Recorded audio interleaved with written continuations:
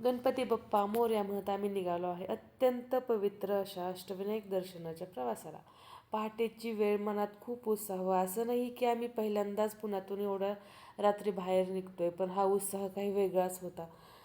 आम्ही पहाटे 4:30ला निघालो आणि एकदम आश्चर्य वाटलं. रस्ता पूर्ण मोकळा, कुठेही ट्रॅफिक नाही. पहाटेचा वारा, शांत वातावरण, एक वेगळी सकारात्मक एनर्जी होती.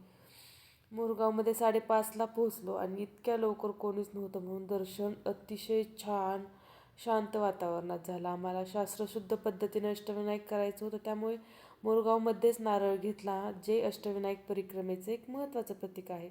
आणि नारळ घेतल्यावर वाटायला लागलं की खरंच आता अष्टविनायक यात्रेला सुरुवात झाली. मोरयाच्या दर्शनानंतर आम्ही निघालो सिद्धटेककडे. वाटेत आहे ना मस्त असा सूर्योदय दिसायला लागला होता. जितके पुढे जात होतं तितकं वातावरण बदलत होतं. सगळीकडे हलकं हलकं असं धुकं पसरलं होतं.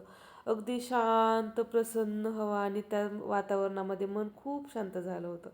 आणि आश्चर्य म्हणजे मंदिरात अजिबात गर्दी नव्हती. इतक्या मोठ्या मंदिरात सकाळची शांतता खरंच खूपच छान अनुभव होता. दुकान तर अजून उघडायलाही सुरुवात झाली नव्हती, म्हणजे आम्ही खरंच खूपच लवकर पोचलो होतो. आणि त्यामुळे आम्हाला अगदी मनापासून शांतपणे सिद्धिविनायकाचं सुंदर दर्शन झालं. सिद्धटेकवरून परत आम्हाला पालीचा बल्लाळेश्वरला जायचं होतं आणि पुण्यातून जायचं होतं. खूपच ट्रॅफिक लागेल म्हटलं, चला छान असा नाश्ता करूयात. मग छान असा नाश्ता करून आम्ही निघालो पुढच्या प्रवासाला. चला तर मग या व्लॉगमध्ये आपण इथंच थांबूयात. राहिलेलं अष्टविनायक दर्शन नेक्स्ट व्लॉगमध्ये बघा.